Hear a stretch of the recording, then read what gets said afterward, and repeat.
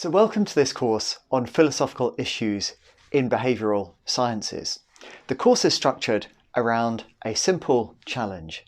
We wish to discover why it is that people act, both individually, as I am acting alone now in recording this lecture, and also jointly, as I hope we'll be doing later when we see each other in the classroom. Although I'm not interested in specifics, in the classroom, I'm going to start by asking you, why are you here? And give you 90 seconds to answer that question. Now, partly I'm going to be interested in the reasons why you're actually here. So if you're not in the class, you might want to email me those reasons. And partly I want to use this exercise as an illustration. So perhaps just give it a pause, take 90 seconds and send me a line or two about why you're here. Something super short. Excellent. Okay, so I assume you've paused it and you're back. In asking the question, why are you here? I'm relying on some assumptions. I'm relying on the assumption that when you act, for example, by coming here, there are some reasons why you act. I'm relying on the assumption that you know what the reasons are, otherwise it would be silly to ask you. I'm also relying on the assumption that you act because you know the reasons, that your knowledge is not completely irrelevant to the matter. And finally, that the reasons justify your action. These are reasons that make your action in some interesting way intelligible or rational. And that's why I can respond to the answers that you give me when you answer the question, why are you here? So here is a simple theory about the way that minds and actions relate that seems to be presupposed by much of what we do and is also fundamental to a lot of thinking in philosophy. Now, an immediate challenge to this is worth considering. So many people, when you present this theory, say, well, Steve, but what about emotion? What about emotion? What about someone acting in a rage of jealousy or driven by action? Anger, driven by anger. You might say, well, in those cases, we can't really think of it this way. We have to think it's more about making your actions intelligible. But let's take a look at how that really went. So here's Medea from Euripides' play, who's contemplating the murder of her husband and children. Now I have a day, she says, and a day is long enough to make of him, his daughter, and the one I used to love, a heap of bones. So, friends, says Medea, what method should we use? Hard to choose. I could torch them in their love nest, or butcher them sleeping in their fragrant bed. But these require stealth, luck, more than nerve and style. Nothing could be worse if I were caught lurking in their house. They'd mock and laugh at me intolerably before putting me to death. Better, says Medea, to reach them directly without detection. I'll do what I do best. I'll poison them. So here's Medea, undoubtedly somebody who is driven very strongly by emotion, performing an action which in some sense you might say, it's not really a rational thing to be doing. But you notice that there's a strong element of instrumental rationality in the particular thing she's doing now. She's choosing between different methods of execution. And you'll see the same thing a little bit later. She says, the horror of my evil overwhelms me. So she's full of emotion, no doubt. Horror of what will do. Angry passions have mastered me, emotions of misrule that destroy men. Nothing will undo my resolve to kill my children and escape, but it must be quick. If I hesitate now, someone else will murder them more cruelly. There's no way out, they must die. So again, I think what you see here, even somebody in the grip of very extreme emotions, as Euripides depicts her, is doing more than making her actions intelligible. There's a perfectly straightforward sense in which the various choices she's making are done for reasons which justify her action. I say this because I think it's kind of hard to knock the simple picture on intuitive grounds. It's hard to say, oh, well, let's think about emotion, or let's think about this case and demonstrate that the simple picture is wrong. It might be that the simple picture is wrong, but I don't think that you can offer an effective challenge to it that will gain a consensus among people who've thought about it by appealing just to intuitions. So the challenge for the whole course is to discover why people act individually and jointly. And the basic story about that I want to start with is one that I take to be widely accepted in philosophy and something that isn't a kind of a million miles away from how you or I might think about it if we just sat down and had to think about the matter. Nothing very deep. We then face two challenges. One is, how can we turn this into an answer to the question that will satisfy us? How can we turn this into a theory? And the other question, of course, is this actually true? Is this simple story about action actually true? So to illustrate how this will go, that's in a way the question for the whole course, but I want to give you 3 illustrations of how this might go. And the first illustration I'm going to draw from game theory. So game theory is part of the relatively formal way of trying to construct models about how people act and why they do act.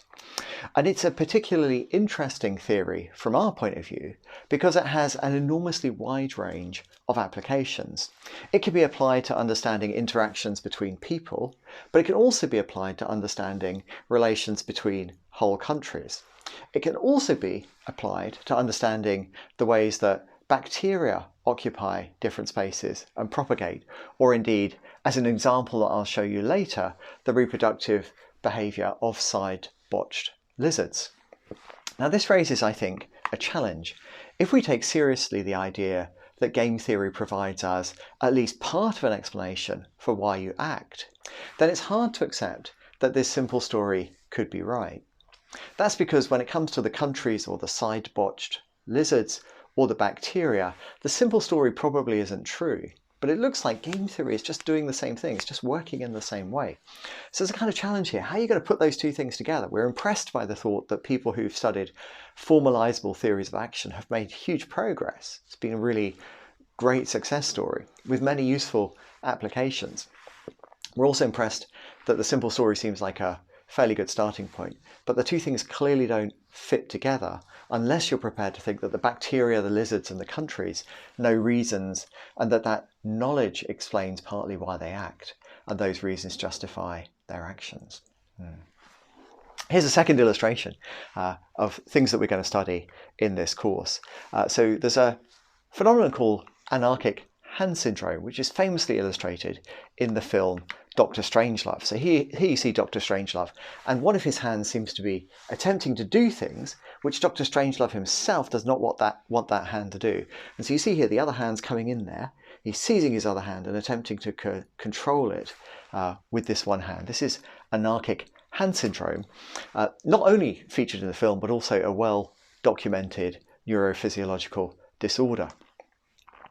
So I want to say anarchic hand syndrome presents a challenge to the simple story about actions that I started with, because it suggests that there is a lack of unity within the person. If in order for one hand to be doing something that another hand is trying to prevent, we can't imagine that there is a single set of reasons which explain why this person acts. Right? So this story, if it works, seems to presuppose some kind of unity, and that seems to be missing in cases of anarchic hand syndrome. Now you might say, well look Steve, those are just kind of like really marginal cases, and of course this story won't work where there are neurophysiological disorders. But I think the problem raised by conditions like anarchic hand syndrome is a little bit deeper than that. I think the problem raised by this story is that actually in you and I, there is also the same kind of lack of unity that we find manifested in anarchic hand syndrome patients. It's just that lack of unity in our cases is less often manifested so clearly, but the multiple motivational and action control processes in us nevertheless still exist. So this is a second line of challenge that we will consider in the course to the simple story. The thought here generally is if you look at psychological theories about the control of action, you'll quickly see that it's very hard to put those together with the simple story. But again, those psychological theories seem to be relatively successful, so it's not really clear kind of what you should do there. Third and final illustration comes from studies of what's usually called animal learning. So here's a rat, and the rat has been trained to press something. It's supposed to be a kind of lever here, and every time the rat presses the lever, it gets a reward. And again, you can do this with rats, you can also do this with humans, and generally speaking, you get the same interesting pattern here. What happens here is, if you reward somebody for performing an action in the presence of a stimulus, typically speaking, they will then continue to perform that action in the presence of the stimulus long after it's no longer rewarding. So this is the kind of mark of a habitual process. Even after something is no longer rewarding, take away the reward, the pattern of behavior will persist. And once again, you can imagine what I'm going to say here.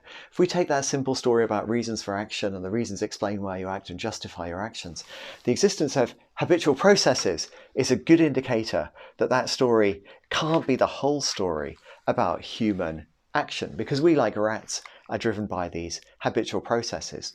So again, if you take research on animal learning, this has been enormously successful in explaining behavior. Tremendous breakthroughs over the last century or so. It's very hard to put that together with a philosophical theory about action. So our challenge is to discover why people act individually and jointly. We have a simple starting point from philosophy that we'd like to turn into a theory if possible, and then to work out whether it's true. And what you will find, based on my preview of these three areas, is that almost wherever you look in the behavioural sciences, you will find theories and discoveries which render this idea problematic. It doesn't seem very likely that the theory is true, and yet it turns out to be enormously difficult to come up with a good alternative. And you might say, look, Steve, I'm just not interested in that simple picture you've been drawing at all. I don't care about that. So let me step back and put this a completely different way. So forget about everything I've said so far. We're interested to discover why people act individually and jointly. So we've got some theories, but the problem is that we've got three different sources for those theories. Some of the sources are philosophical, some of them psychological, and some of them come from decision theory, game theory, and the rest. So I'm calling that formalizable, broadly speaking, maths and economics. What we want to do is to try and understand how those theories relate to each other. That's the integration challenge. And that's a difficult one because on the face of it, the theories actually contradict each other. But that's kind of untenable because at the end of the day, there's only one thing that all three of them are supposed to be explaining.